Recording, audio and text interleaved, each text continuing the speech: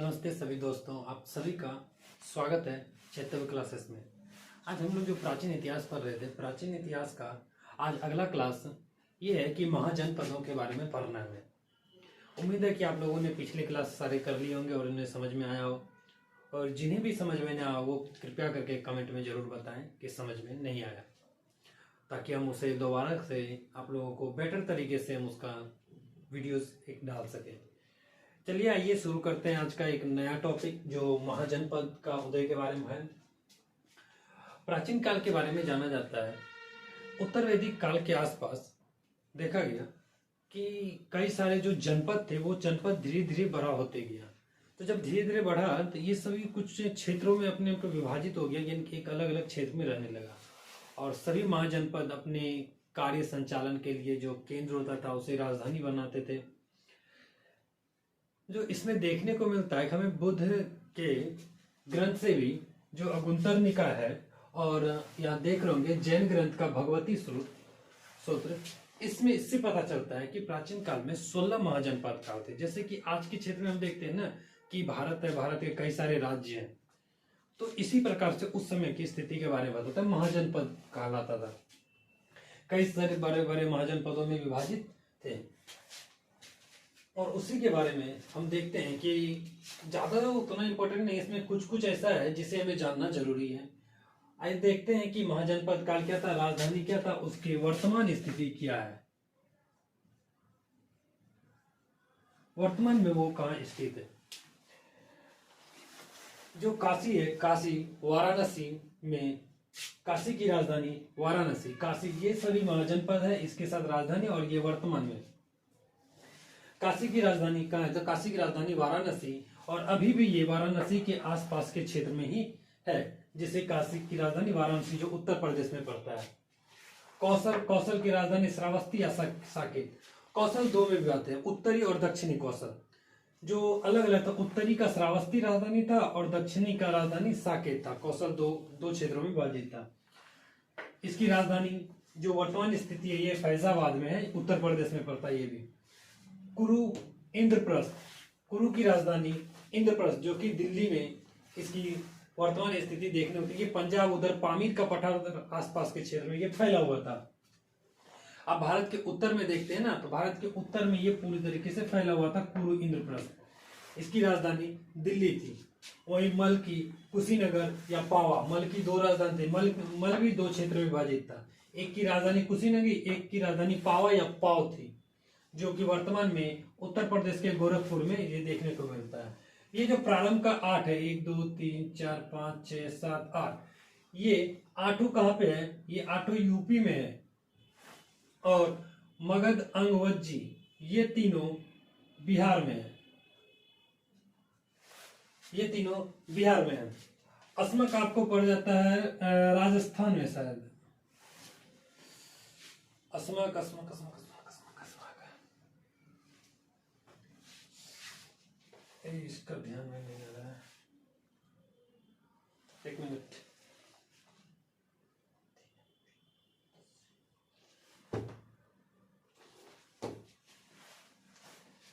ये अस्मक आपको south India में पड़ जाता है, और इसमें जो मत्स्य देख रहे हैं ये मत्स्य राजस्थान में पड़ता है, ये राजस्थान में है, ये आंध्र प्रदेश के आसपास है, और अवंती आपको एमपी में।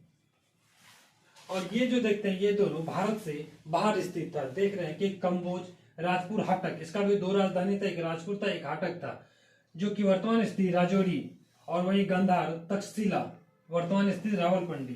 तक्षशिला के बारे में आप जानते हैं, यहाँ विश्व का सबसे बड़ा शिक्षा केंद्र भी मौजूद था, जहां से आप चाणक्य को देखे, चाणक्य तक्षशिला में पढ़े थे ना, चाणक्य वहीं से पढ़े थे तक्षशिला में, बहुत ही प्रसिद्ध वहां पे विश्वविद्यालय था। और आगे देखते हैं कि इसमें पंचायत क्षेत्र बरेली और फर्रुखाबाद, ये फर्रुखाबाद तक, बरेली फर्रुखाबाद के आसपास है। सुरसेन, मथुरा, इसकी वर्तमान स्थिति के बारे में कुछ नहीं कर सकते, मथुरा के आसपास का क्षेत्र होगा। चेदी, सुक्तिमुत्ती या बुंदेलखंड, चेदी की राजधानी सुक्तिमुत्ती या बुंदेलखंड। वही मगध की राजधानी देखते हैं तो राजगिरी या गिरिब्रज, ये पटना के आसपास था। आपको बता दें कि उस समय सबसे ज्यादा शक्तिशाली कोई था तो मगध था। तो मगध का स्थापना कौन किया था? बृहद्रथ किया था। इसी पे देखते हैं हम चंद्रगुप्त मौर्य भी इसी पे महापद्मा धनानंद को हरा करके जो राजा बनता है, तो चंद्रगुप्त मौर्य मौर्य वंश की स्थापना करता है। इसमें कई सारे राजा हुए और इस वंश में मगध वंश में ही जो बृहद्रथ था, बृहद्रथ, अजातशत्रु, कुनिक, तो इन वंशजों को पितृहंता भी कहा जाता है, क्योंकि ये देखते हैं एक के बाद अपने बाप पिता को ही मार मार के राजा बनता है। फिर अंग, चंपा, अंग की राजधानी क्या है? चंपा, वर्तमान स्थिति भागलपुर। वज्जी, वैशाली, विदे, वज्जी की राजधानी वैशाली, विदे। वज्जी तो जो था यही एक ऐसा राजधानी, ये एक ऐसा राजधानी है जो कि हम जो जैन धर्म में पढ़ते हैं कि 24 महान तीर्थकर, जिसमें सबसे महान 24वें तीर्थकर गौतम थे, उनका जन्म यहीं पे वज्जी के वैशाली में हुआ था। मत्स्य, विराटनगर, जयपुर। अस्मक, पोतन या पोटली आंध्र प्रदेश के आसपास पड़ता है ये। अवंती, उज्जैन, महेश्वती ये मध्य प्रदेश में पड़ता है। और कंबोज गंधार भारत से बाहर पड़ता है। यहाँ पे कुछ इंपॉर्टेंट है जो कि बता ही दिए, फिर भी वाराणसी जो देखते हैं कि ये वरुणा और असी नदियों के संगम पर स्थित था। जो वाराणसी देखते हैं आप, ये किस नदी पे था? वरुणा और असी नदियों के संगम पर स्थित था। और 23वें जैन तीर्थकर पार्श्वनाथ का पिता, जो 23वें तीर्थकर था, याद रखिए, जो 23वें तीर्थकर था पार्श्वनाथ का पिता अश्वसेन काशी के राजा थे। यानी काशी के जो राजा थे, जो 23वें तीर्थकर थे, अश्वसेन काशी के राजा थे। 23वें तीर्थकर कौन थे? पारसनाथ, इन्हीं का पिता था अश्वसेन, वो काशी के राजा थे। यानी कि आप देखें तो पार्श्वनाथ काशी का राजकुमार हुआ। ये भी शक्तिशाली था, बट उतना नहीं जितना मगध था। वही कौशल, प्रथम राजधानी कौशल, इसकी प्रथम राजधानी अयोध्या थी। कौशल की राजधानी, एक राजधानी अयोध्या भी थी। यानी कि सबसे पहले जो राजधानी बना था वो अयोध्या थी। और प्रसिद्ध, यहाँ का प्रसिद्ध राजा एक प्रसेजिन था। यहाँ पे हम कुछ इंपॉर्टेंट ही लिखे हैं जो ज्यादा इंपॉर्टेंट है। वहीं अगर आप देखें तो वज्जी लिच्छवी, ये 8 बड़े बड़े क्षेत्रों से मिलके बना था। यहाँ पे देखने को मिलता है कि यहाँ हमें पहले राजतंत्र देखने को मिलता है। सबसे पहले जो महाजनपदों में सबसे पहले भारत में देखने को मिलता है, यहीं पे राजतंत्र देखने को मिलता है। यानी कि चुनाव प्रणाली के तहत राजा चुना जाता था।